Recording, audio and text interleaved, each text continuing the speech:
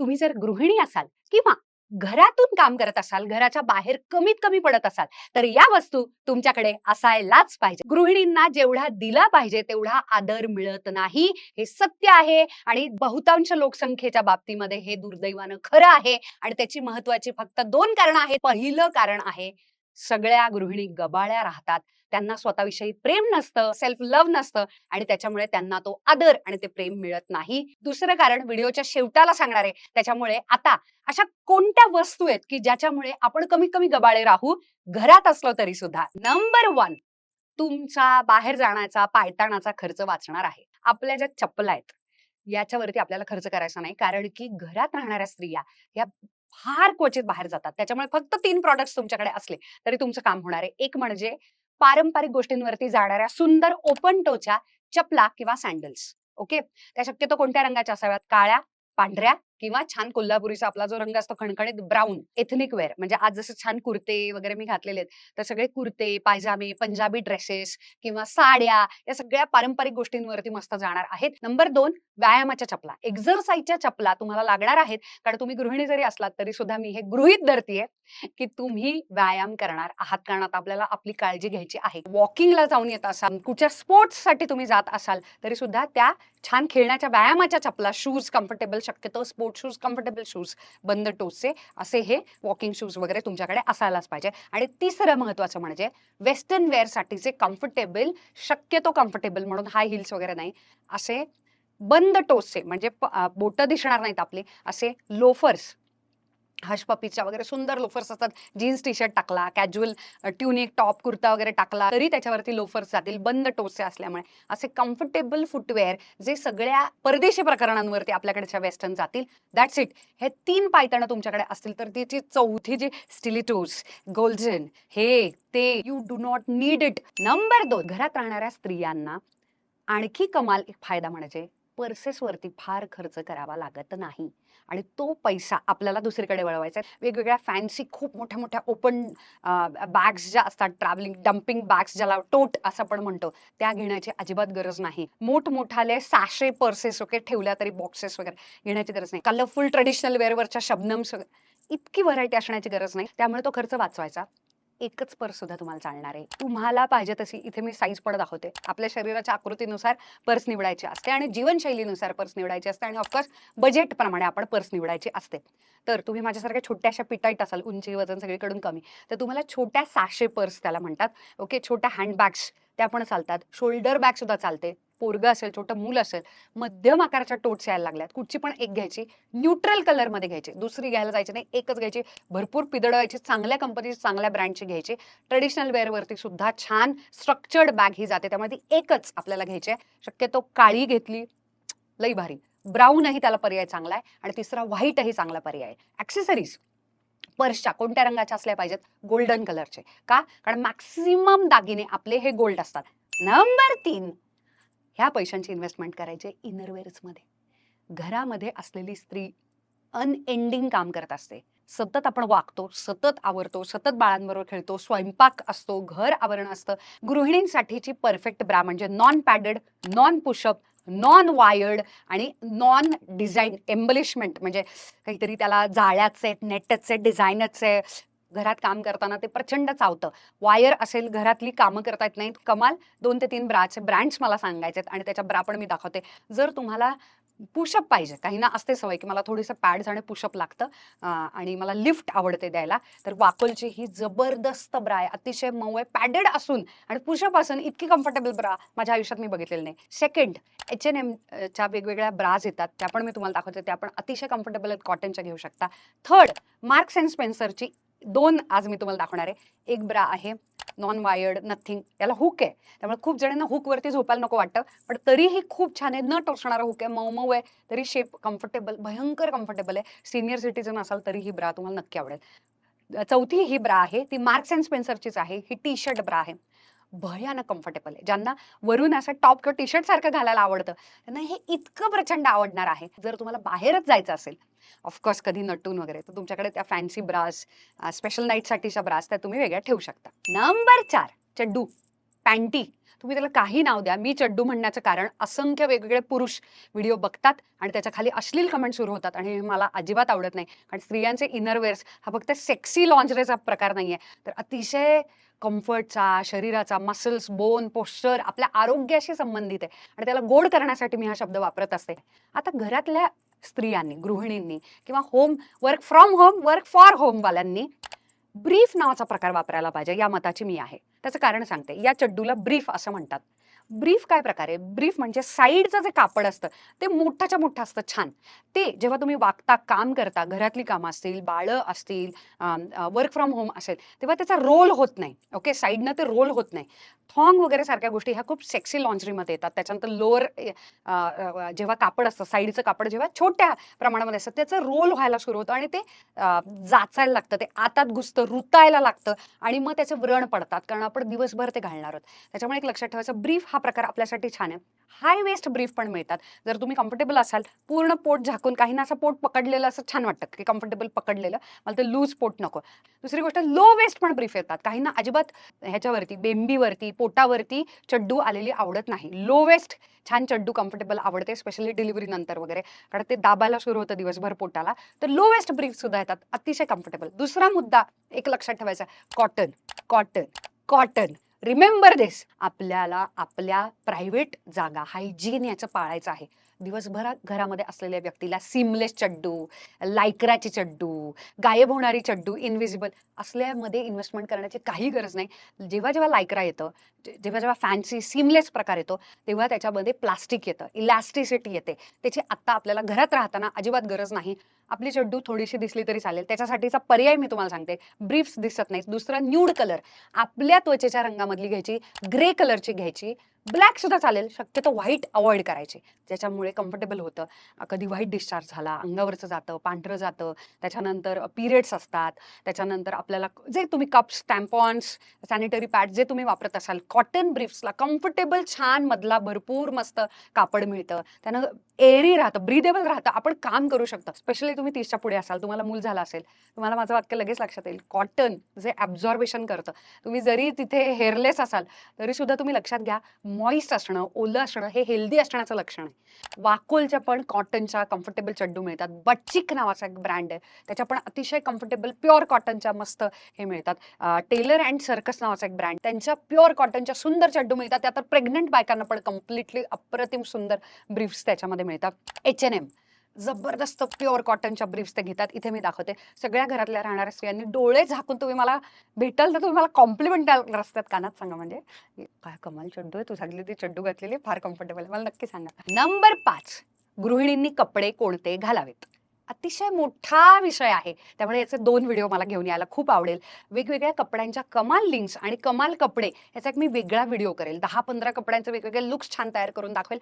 तुमच्या घरातल्या आणि तुमच्या पर्सनॅलिटीप्रमाणे, स्टाईलनुसार आपण वेगवेगळे कपडे दाखवू शकतो. मला कमेंट्समध्ये जास्त कमेंट्स आल्या तरच मी हा व्हिडिओ बनवेल, कारण की मला ते कपडे रिसोर्स करून ते कपडे आपल्याकडे पडून राहतात आणि मग पैशांचं आणि सगळ्याचं पर्यावरणाचं हे होतं, त्यामुळे मला ते तसे कपडे घ्यायला नाही आवडत. त्या गोष्टी आता गृहिणींनी तरीही कपडे जर तुमच्याकडे असतील तर करायचं. आपण घरातून काम करतो, त्याच्यामुळे आपण अतिशय कम्फर्टेबलच कपडे आपल्याला असायला पाहिजेत.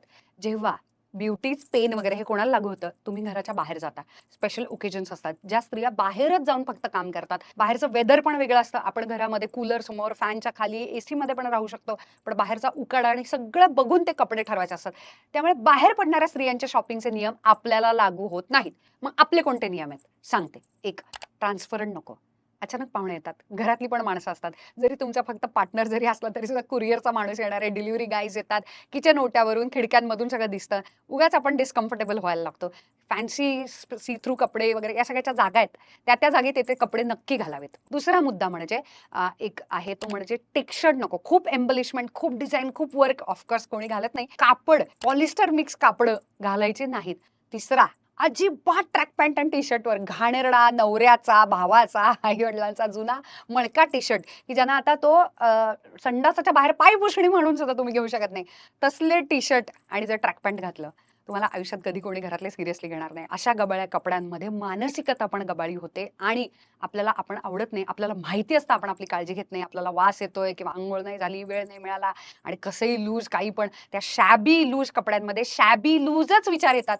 कधीच चला उठून आता मला जग जिंकायचंय खटाखट असा विचार येत नाही.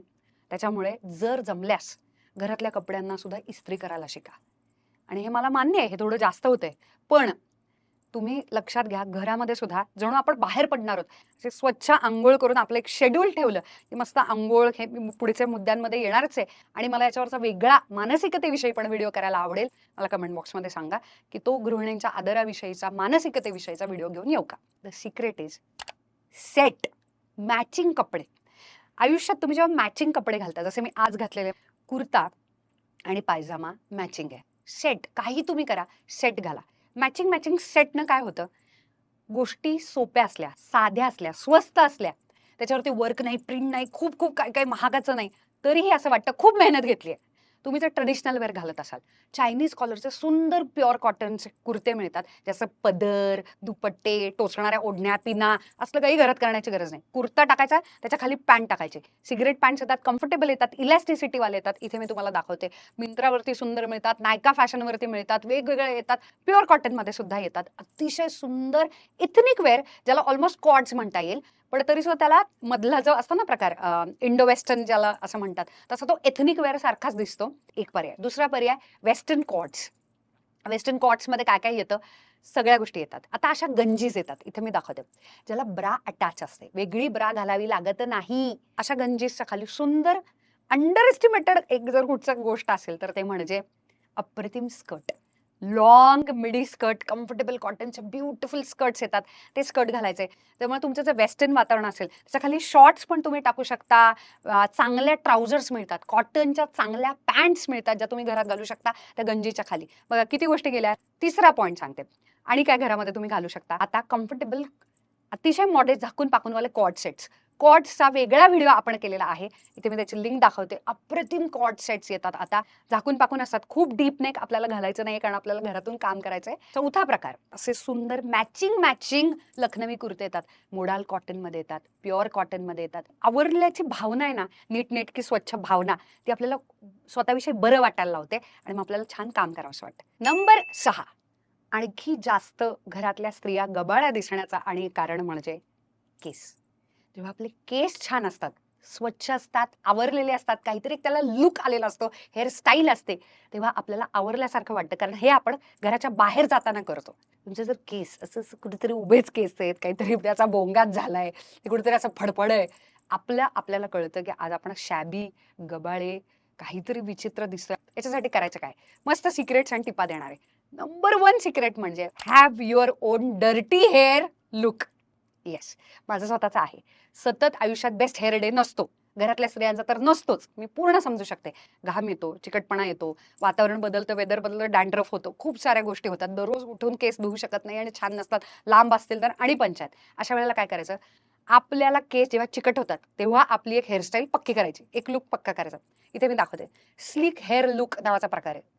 चंपी चप्पट hair look is in dude. मी पण खूप वेळा केलेला आहे. जेव्हा चिकट केस असतात, तेव्हा धुतलेले नसतात, तेव्हाचा हा लुक तयार करता येतो. तुमच्यासाठीचा भांग डिसाईड करा. भांगांचं एक लॉजिक असतं माहिती आहे. तर माझं कपाळ मोठं आणि एम शेप आहे, ओके, लहानपणापासूनच. तर मधून भांग मला खूप सुंदर दिसतो, कारण तो डिवाइड होतो आणि बरोबर ओव्हल शेप तयार होतो. तुमचा कुठचा पण भांग डिसाईड करा. स्लीक बन लुक, चप्पट लुक, क्लीन छान कोंब करायचे, केस विंचरायचे, छान बांधायचे. कुरळे असतील तर कर्ल्सची अरेंजमेंट करायची, वेगवेगळी करता येते. हाफ पोनी, त्याच्यानंतर हाफ पिनअप, बाकी ओपन, हाफ टाईड, पूर्ण टाईड, मेसी बन्स. कर्ल्सची मॅनेजमेंट करायची. फक्त पुढचे कर्ल्स धुवू शकता, त्याला लिव्ह इन कंडिशनर वगैरे, लिव्ह इन क्रीम वगैरे लावून करू शकता. हे कुरळ्या केसवाल्यांनी करायचं, पण केसांची छान अरेंजमेंट करायची. तिसरा मुद्दा, पुट टुगेदर, क्लीन नीटनेटकं हे वाटायला लागतं. दररोज केसांची वेगळी काळजी घेता येत नाही, परंतु तरी सुद्धा स्लीक असेल तर सरळ केसांना विंचरायचं, स्वच्छ ठेवायचं, सिरम वगैरे एखादं खालच्या बाजूला लावायचं. जर ड्राय थोडेसे फुटायला लागलेले असतील, म्हणजे फाटे वगैरे फुटायला लागले असतील तर ते लावायचं. छान शेंडी बेंडी काय तुम्हाला बांधायची तुमच्या कामानुसार. तिसरा मुद्दा, वेगवेगळ्या हेअर ॲक्सेसरीजची मदत घ्यायची. म्हणजे स्वयंपाकाची आवड आहे, पण मला केस सतत बांधलेले नाही आवडत, मला ओपन चालतात मानेवरती. तर हेअर बँड्स मिळतात, वेगवेगळे क्यूट हेअर बँड्स मिळतात. 2 शेंडी बांधू शकता. आपल्याला गोड वाटतं स्वयंपाक करताना वगैरे इकडे-तिकडे. आणि एक महत्त्वाचा मुद्दा म्हणजे आठवड्यातून किमान 2दा तरी केस धुवा. गृहिणींनी बाहेरच्या कुठच्या ट्रीटमेंट कराव्या ह्याचा ॲक्च्युअली वेगळा व्हिडिओ होऊ शकतो, पण आता आपण केसांबद्दल बोलतोय. Hair spa. मंथली एकदा हेअर स्पा करायला लागा तुम्ही. हेअर स्पाचे फायदे सांगते. हेड मसाज पण मिळतो. वेगवेगळे अँप्युल्स वापरतात, वेगवेगळे सिरम्स वापरतात, बऱ्याच ठिकाणी तेलही वापरलं जातं. स्टीम पण मिळतं. क्लीन थोडे सेट पण होतात केस आणि मग तुम्ही घरी जाता. घरातल्या घरात सुद्धा हेअर स्पा करता येतो. येस, तुम्हाला बाहेर जाऊन खर्च करायचा नसेल, पार्लरला जायचं नसेल, तर हेअर मास्क घरामध्ये तुम्ही तयार करा. मस्त छान बाहेरचे विकत पण मिळतात. आपल्या किचनमध्ये सुद्धा बटर मस्त लोणी घ्यायचं कच्चं आणि ते तयार करून फेटाळून मस्त तुम्ही लावायचं. 1 तासात सुद्धा काम होतं. लोकांना असं वाटतं रात्रभर ठेवायचं वगैरे. अक्षरशः 30 मिनिट्स टू 60 मिनिट्स आणि मग शॅम्पू कंडिशनर करायला जा. त्याची ते कसं बनवायचं त्याची रेसिपी मला दाखवता आली, लिहिता आली किंवा त्याचा वेगळा video. Yes, hair mask, face mask आणि ॲक्च्युअली घरातल्या कुठल्या गोष्टी ज्या ॲक्च्युअली काम करतात, अदरवाईज काम नाहीत करत सगळ्याच घरातल्या वस्तू. त्याचा वेगळा व्हिडिओ घेऊन मला यायला नक्की आवडेल. नंबर 7, त्वचा. आपली त्वचा जेव्हा तुकतुकीत असते, सुंदर असते, आपला स्पेशली चेहरा. खरं तर संपूर्ण शरीराच्या त्वचेची प्रचंड काळजी घ्यायला पाहिजे. गॅसच्या समोर जर तुम्ही खूप काम करत असाल, हीट, दाह, उष्णतेनं ॲक्च्युअली वांग येतो, अनुवंशिकतेनं वांग येतो आणि ऑफकोर्स डायरेक्ट सनलाईटनं, सूर्यकिरणांनी सुद्धा वांग येतो. शरीरातल्या कमतरतेमुळे, डेफिशियन्सीजमुळे सुद्धा प्रेग्नन्सीमध्ये मलाजमा खूप जास्त पिगमेंटेशन वाढतं, मेलॅनिनचं प्रमाण वाढतं, त्यानं पण वांग येऊ शकतो. गृहिणींना शक्यतो वांग्याचा त्रास असतो. हे सगळं वाढल्यानंतर थोडा कॉन्फिडन्स कमी व्हायला लागतं. वेगळा वांगावरचा व्हिडिओ केलाय, मी दाखवते. नवीन वांग्याचा व्हिडिओ करावा असं तुम्हाला मला वाटत असेल, मी नक्की करेन. आता बेसिक गोष्टी करायच्या, एक लक्षात ठेवायचं. बेसिक, मी मान्य करते तुम्हाला बाहेर नाही जायचं, पण मी म्हटलं ना की वांग नाही वाढू द्यायचा. त्याच्यामुळे हीट प्रोटेक्शनसाठी सनस्क्रीन लावायचे. मग आता सुरुवात काय करायची, छानसं फेस वॉश घ्यायचं. सेराव्हीचं चांगलं आहे, पिलग्रिमचं चांगलं आहे, सेटाफिलचं चांगलं आहे. आता इंडियन मार्केटमध्ये भरपूर सुंदर सुंदर फेस वॉश आलेत. स्वतःच्या त्वचेच्या पोतप्रमाणे, प्रकाराप्रमाणे dry, combination, mature, sensitive, oily, acne prone, नक्की कोणते त्वचेचा प्रकार आपला आहे तो ओळखायचा. त्याच्याप्रमाणे फेस वॉश अंघोळीमध्ये लावायचं. त्याच्यानंतर काही अति सिरम बिरम तुम्हाला नाही लावता तर चालेल. माझ्या मते हॅल्युरॉनिक, नायसिनामाइड आणि व्हिटॅमिन सी यापैकी कुठलेही एकच घ्यायचं आणि त्याला स्टिक करायचं. नाही वाटलं सिरम मधलं नाही लावलं चालेल. फेस वॉश अंघोळीत, चेहऱ्याचा साबण म्हणजे फेस वॉश, दुसरं बाहेरून सुंदर मॉइश्चरायझर आपल्याला सूट होणारं परत स्किन टाईप प्रमाणे, आणि तिसरं थोडंसं सनस्क्रीन, थोडंसं. 3च गोष्टी करायच्यात. रात्रीचं एक नाईट केअर रुटीन ठेवायचं छान मस्त. 28च्या तुम्ही पुढे असाल, 28, 29, 30 किंवा शक्यतो 30च्या पुढे असाल, रेटिनॉलचा वेगळा व्हिडिओ केलाय, तो मी दाखवते, तुम्ही ऍड करू शकता. परत एकदा डबल क्लिन्झिंग करायचं. आय नो, पण 15 मिनिटं सकाळी आणि 15 मिनिटं रात्री स्किन केअर रुटीनला प्लीज द्या. तुम्हाला अतिशय फरक जाणवेल.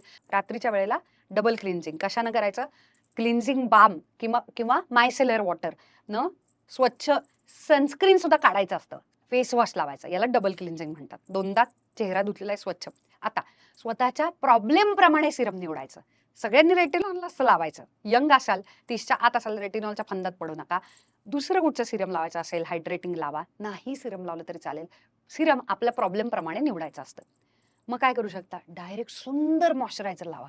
आता रिच, थिक, क्रीमी, थोडंसं ऑइली सुद्धा मॉइश्चरायझर चालेल, कारण आता रात्रीचं आपल्याला झोपायचंय. एसी मध्ये झोपत असाल तर थोडंसं तेलकट मॉइश्चरायझर लावलं तरी चालेल आणि थिक छान भरपूर हायड्रेटिंग, कारण एसी मध्ये त्वचा ड्राय होते. त्याच्यावरती एक कामिंग बाम येतो ला रोशे पोसेचा, इथे मी तुम्हाला दाखवते. याचा सगळे समरचा व्हिडिओ बघितला नसेल अजूनही तर नक्की बघा, त्याच्यात सगळे प्रॉडक्ट सांगितलेत. झोपून जायचं, काही करायचं नाही वेगळं. नंबर 8, गृहिणींकडे कोणते मेकअपचे प्रॉडक्ट्स असायला पाहिजेत. तुम्ही म्हणाल बाहेरच पडत नाही, मेकअपच आम्हाला आवडत नाही, आम्हाला कोण बघणार आहे. तुम्ही बघणार आहात, स्वतःसाठी करायचं. 2-4 गोष्टी आहेत, छान वाटतं. नाही केला तरी चालणार आहे, काही गरज नाही. अतिशय तुम्हाला नॅचरल सिंपल राहायचंय नक्की, पण थोडंसं कोणीतरी पटकन आलं घरामध्ये, कोणीतरी तुम्हाला असं वाटतं की तुमच्या घरामध्ये थोडंसं तुम्हाला पाहिजे तेवढा रिस्पेक्ट नाही मिळत आहे, कारण तुम्ही तसेच बसलेला असता, अंघोळ उशिरा करता, शॅबी राहता. थोडं आवरलं की छान वाटतं, आपलं आपल्याला छान वाटतं, आपलं आपल्याला रिस्पेक्ट द्यावं असं वाटतं, इतरांकडून मग मिळायला लागतो. अशीच ती चेन आहे. Okay, lipstick. मग आता लिपस्टिक आपण अख्खी घरात दिवसभर लिपस्टिक कशाला लावायची. लिप बाम येतात किंवा लिप ग्लॉस येतात, ज्याच्यामध्ये ऑलरेडी कलर असतो. त्याच्यात ब्राईट कलर्स, रेड, पिंक, राणी कलर, नारंगी, पीची टोन्स जे असतात, सगळे छान कोरल, हेच रंग निवडायचे गृहिणींनी. त्यांना लाईट तयार होतं, म्हणजे कारण आपल्याला इतर मेकअप नाहीये ना बाहेर पडणाऱ्या लोकांसारखा. दुसरा मुद्दा, तुमचे आयब्रोज, इंडियन आयब्रोज खूप छान बुशी आणि सुंदर असतात, ते असतील, हे प्रॉडक्ट तुमच्यासाठी नाही. पण तुम्हाला असं थोडं इन्सिक्युरिटी असेल, कॉन्फिडन्स कमी असेल, की जरा पातळ आहेत आयब्रोज, एक छानसं आयब्रो जेल किंवा आयब्रो पेन्सिल. पेन्सिल कोरणं अवघड आहे, आयब्रो जेल जरा सोपं आहे. असं असं लावलं मस्कारासारखं दिसतं, लावलं काम झालं. आणि तिसरं, तर तुम्ही एथनिक वेअर हे करत असाल, खूप साऱ्या गृहिणींना मी बघितले काजळ लावलं की खूप छान वाटतं.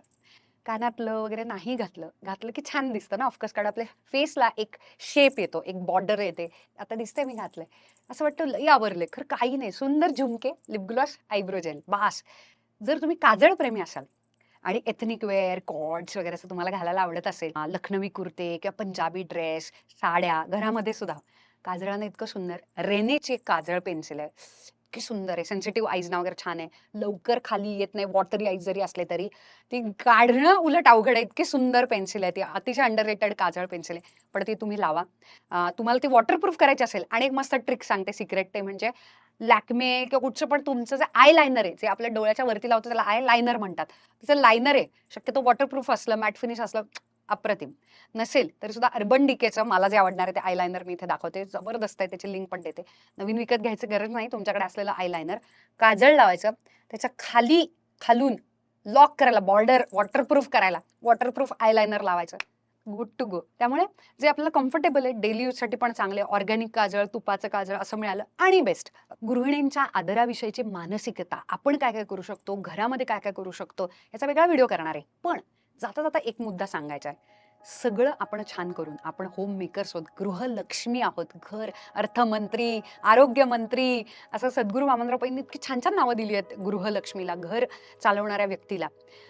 तर तिच्यासाठीचा जो आदर आणि प्रेम आहे तो आपल्यापासून सुरू होतं. यानंच मी सुरुवात केली या व्हिडिओची, एक म्हण तरी सुद्धा. आपण छान टापटीप राहिलो स्वतःविषयी, आरशामध्ये सुद्धा तुम्ही पॉझिटिव्ह अफर्मेशन्स देऊ शकता.